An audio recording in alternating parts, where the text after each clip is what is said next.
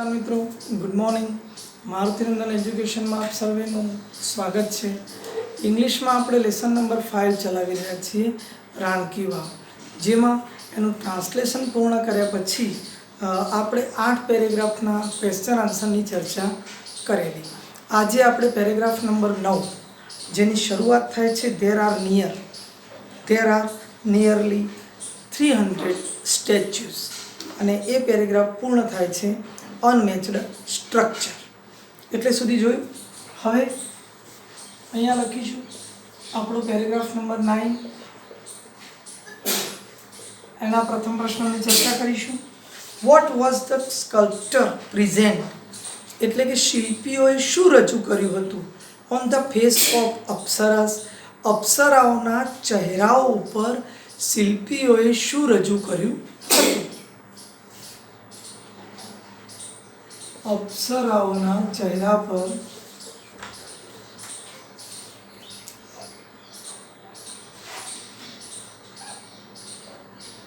શિલ્પીઓએ શું રજૂ કર્યું હતું?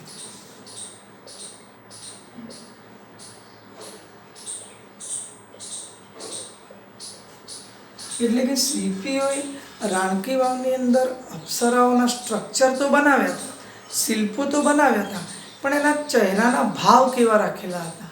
તો આપણે એ ભાવ વિશે જોઈશું। The sculptures has presented a vast range of emotion, એટલે કે લાંબી હરોળ, વાસ્ટ રેન્જ બનાવી હતી। રેન્જ એટલે લાંબી હરોળ બનાવી હતી। ઇમોશન લાગણીઓની, એન્ડ ફિલિંગ્સ અને ભાવ, લાગણી અને ભાવ દર્શાવ્યા હતા on the face of apsaras, અપ્સરાઓના ચહેરા ઉપર। તો શિલ્પીઓએ બહોળા પ્રમાણમાં જે અપ્સરાઓના શિલ્પો હતા તેના ઉપર ઇમોશન એન્ડ ફિલિંગ્સ, એટલે કે લાગણી અને ભાવ દર્શાવ્યા હતા। ઓકે, ઇંગ્લિશમાં આ પ્રમાણે હતું, the sculptures have presented a vast range of emotions and feelings on the face of the apsaras. Second question જોઈએ આપણે, what did the statues of the apsaras display, અપ્સરાના જે સ્ટેચ્યુ હતા, જે નમૂના હતા, તે શું દર્શાવી રહ્યા છે? અપ્સરાના નમૂના શું દર્શાવી રહ્યા છે? બીજો પ્રશ્ન છે।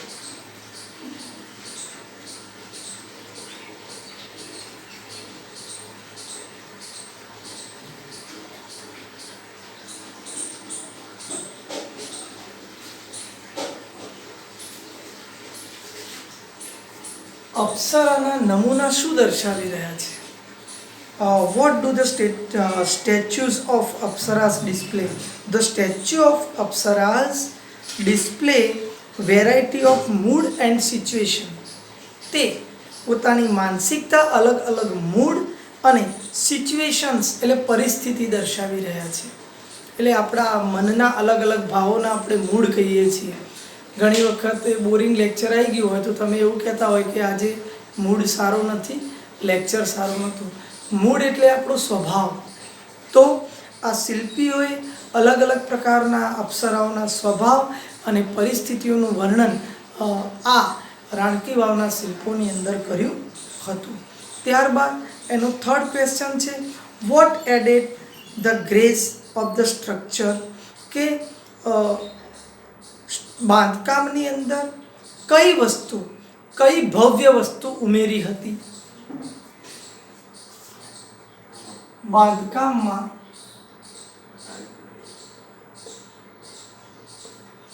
કઈ ભવ્ય વસ્તુ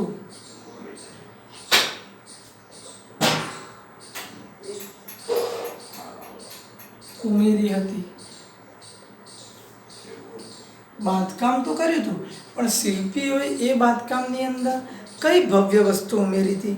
તો the apsaras with 16 different makeup style, જે મેકઅપ સ્ટાઇલ અત્યારે સ્ત્રીઓ પ્રસંગોપાત પાર્લર પર જઈને કરાવતી હોય છે, એવી અલગ અલગ 16 પ્રકારની makeup style and to the grace of the structure, એ આ બાંધકામની અંદર ઉમેરી હતી। એટલે કે શિલ્પીઓએ અપ્સરાઓના મૂડ, સિચ્યુએશન, ઇમોશન લાગણીની સાથે સાથે મેકઅપ સ્ટાઇલ એ જમાનાની અંદર આ સ્ટ્રક્ચરની અંદર આ બાંધકામની અંદર ઉમેરી હતી. તો આ એક અગત્યની બાબત હતી. હવે આપણે પેરેગ્રાફ નંબર 10 જોઈશું. પેરેગ્રાફ નંબર 10 જેની શરૂઆત થાય છે ધ સ્ટેટમેન્ટ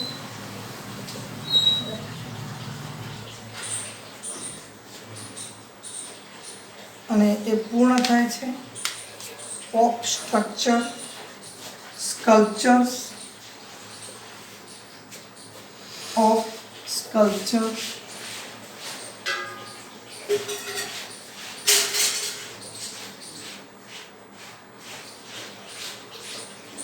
ઓફ સ્કલ્પચર છે એ પેરેગ્રાફ પૂર્ણ થશે. અહીંયા આપણે લખી દઈશું પેરેગ્રાફ નંબર 10.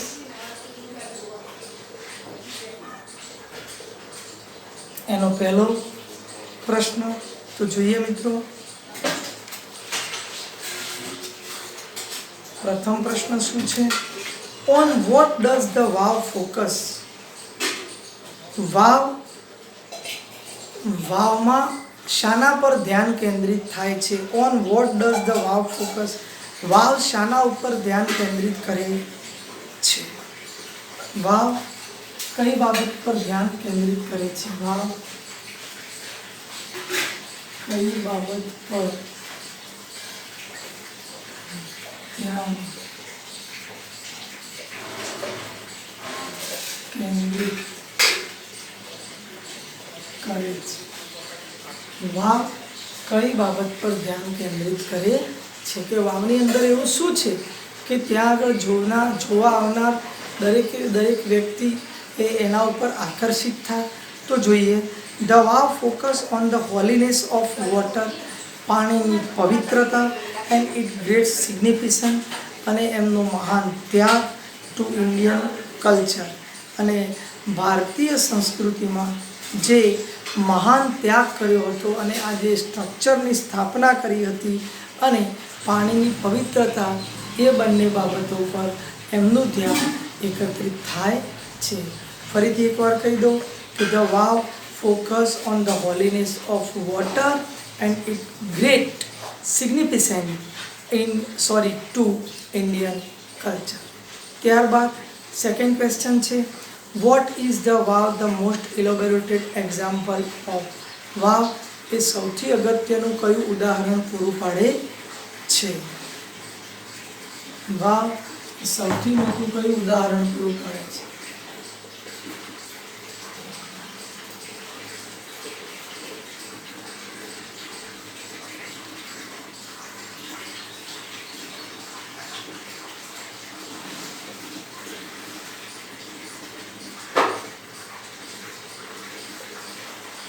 વાવ સૌથી મોટું કયું ઉદાહરણ પૂરું પાડે છે?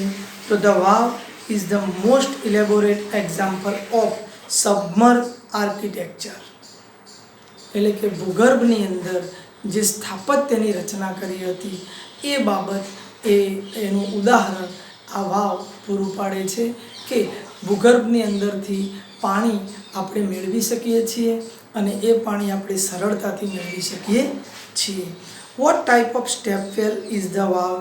વાવના પગથિયા કેવા હતા?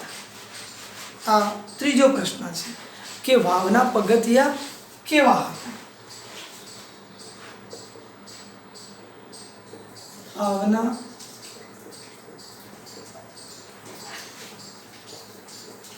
પગથિયા કેવા હતા? વાવના પગથિયા કેવા હતા? What type of a stepwell is the vav? તો the vav is a large, વાવની અંદર મોટા and complex type of stepwell, અને જટિલ પ્રકારના પગથિયા હતા. એટલે કે વાવમાં મોટા અને જટિલ પ્રકારના પગથિયા હતા. હવે 11મું એનો લાસ્ટ પેરેગ્રાફ જોઈએ આપણે. એક મિનિટ મિત્રો, લીલા કાકી દૂધ લઈ ગયા તો હાલો નથી.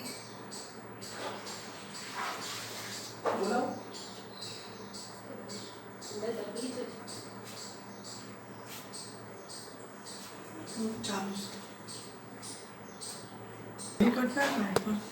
Hello, yes ready. ચલો 11મો પેરેગ્રાફ જોઈએ આપણે. તો 11મા પેરેગ્રાફની શરૂઆત થશે ઇટ લે અને પૂર્ણ થશે બાય ધ યુનેસ્કો.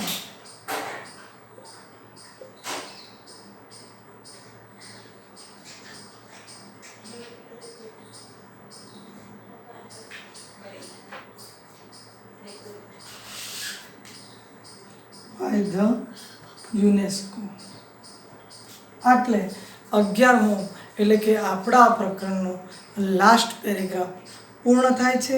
એનો પહેલો પ્રશ્ન, વાય વોઝ ધ વાવ બ્યુરીડ? વાવ શા માટે દટાઈ ગઈ હતી? વાવ શા માટે દટાઈ ગઈ હતી?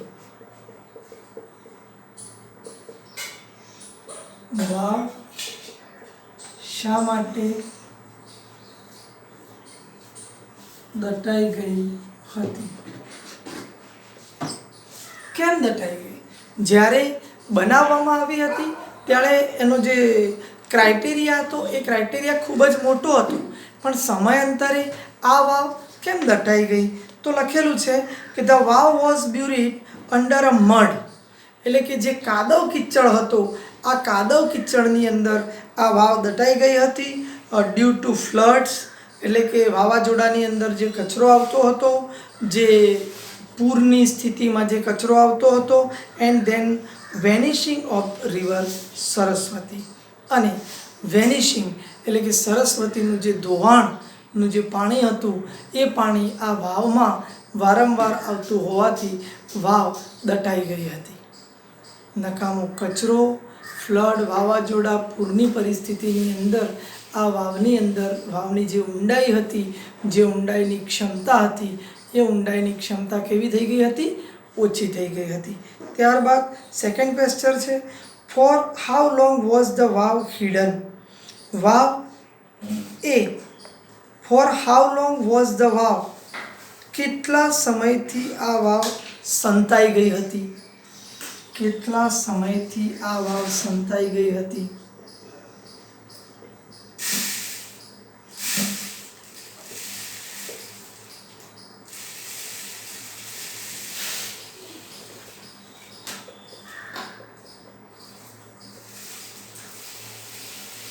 કેટલા સમયથી? For how long was the vav hidden? તો the vav was hidden for almost 7 centuries. 700 વર્ષથી આ વાવ મતલબ કચરો પડતો જ ગયો અને સંતાઈ ગઈ હતી, મતલબ કે ઢંકાઈ ગઈ હતી. હુ takes care of the vav? આ વાવની કાળજી કોણ રાખે છે? અત્યારે હાલની તારીખમાં આ વાવની કાળજી કોણ રાખે છે? આ વાવની કાળજી કોણ રાખે? આ વાવની કાળજી કોણ રાખે છે? તો જોઈએ મિત્રો, who takes care of the vav? તો ધ ASI એટલે કે Archaeological Survey of India takes care of the vav. આ સંસ્થા એ વાવની કાળજી રાખે છે. તો અહીંયા આપણા 11 પેરેગ્રાફ પૂર્ણ થાય છે. રાઇટ ડાઉન કરી લેશો. ત્યારબાદ આપણે આજે થોડી ગ્રામેટિકલ ચર્ચા કરી લઈએ, જેથી નેક્સ્ટ ટાઈમમાં આપણે આ પાઠનું ગ્રામર સ્ટાર્ટ કરીએ ત્યારે તમે સરળતાથી એ ગ્રામરને સમજી શકો.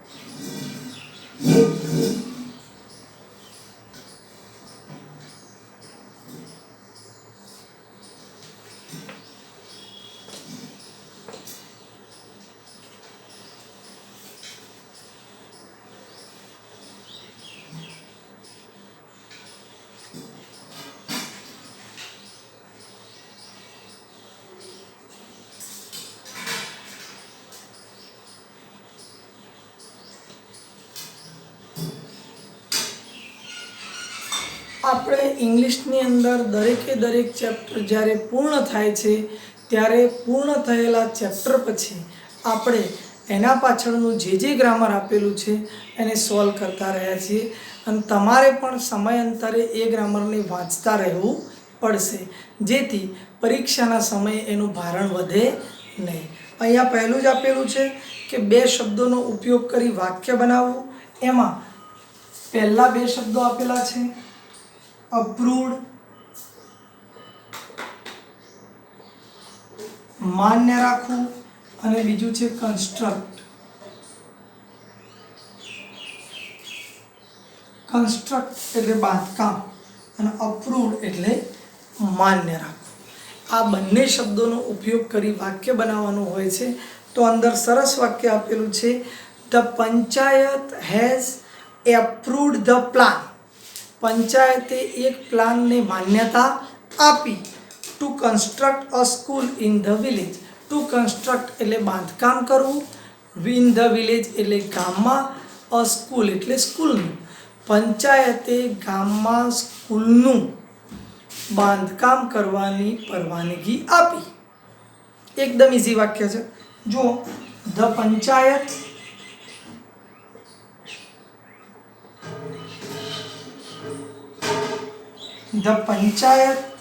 has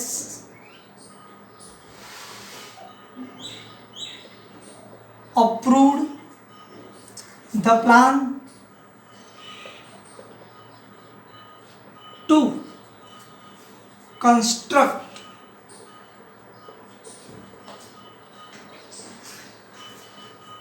a school in the village. પંચાયતે ગામમાં સ્કૂલ બનાવવાની પરવાનગી આપી અથવા પ્લાન તૈયાર કર્યો. પંચાયતે ગામમાં સ્કૂલ સ્થાપવાનો પ્લાનને માન્યતા આપી. એકદમ સરળ વાક્ય છે મિત્રો. બીજું જોઈએ આપણે, ડિક્લેર જાહેર કરવું.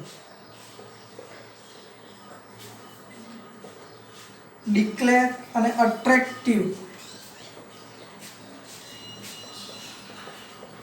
આકર્ષક. ડિક્લેર અને આકર્ષક, જાહેર કરવું અને attractive.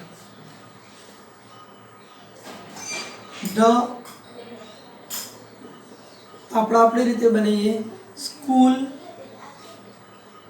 Principal declared an attractive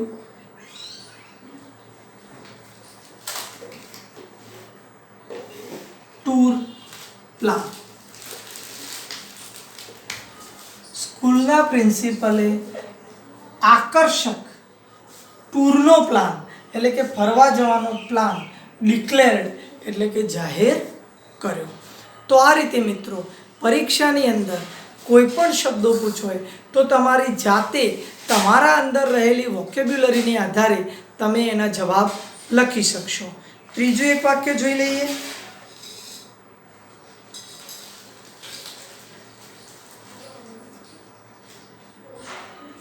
heritage એટલે વારસો અને બીજો છે પ્રિઝર્વ એટલે સંગ્રહવું, સાચવવું. હેરિટેજ એટલે વારસો, પ્રિઝર્વ એટલે સાચવવું. તો we must preserve our historical and cultural heritage. આપણે વી મસ્ટ પ્રિઝર્વ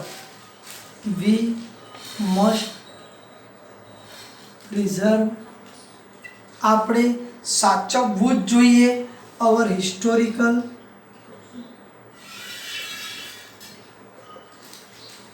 આપણો ઐતિહાસિક એન્ડ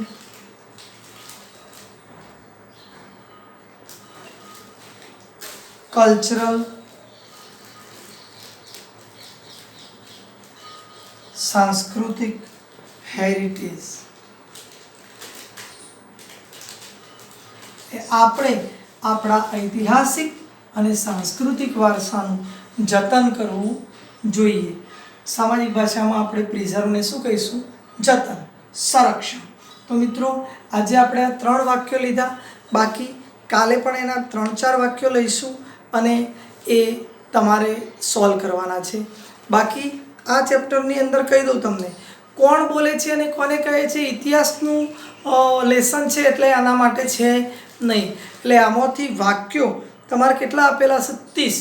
આ 30 તૈયાર બી કરવાના છે અને તમારી નોટબુકમાં લખવાના પણ છે. અને જે ખાલી જગ્યાઓ આપેલી છે, જે પેરેગ્રાફવાળી, એ પેરેગ્રાફવાળી ખાલી જગ્યાઓના પણ 15 ફકરા આપેલા છે. એટલે 30 વાક્યો અને 15 ફકરા તમારે આ લેસનમાંથી તૈયાર કરવાના રહેશે. મોસ્ટ આઈએમપી છે અને પરીક્ષામાં પૂછાય એવા છે. તો આજે આપણે આટલે સુધી રાખીએ છીએ. આવતીકાલે થોડાક વાક્યો બનાવીશું અને તમારી પ્રેક્ટિસ સારું આપણે એના ફકરાની જે ફિલ ઇન ધ બ્લેન્ક્સ છે એ પણ પૂર્ણ કરીશું. Thank you.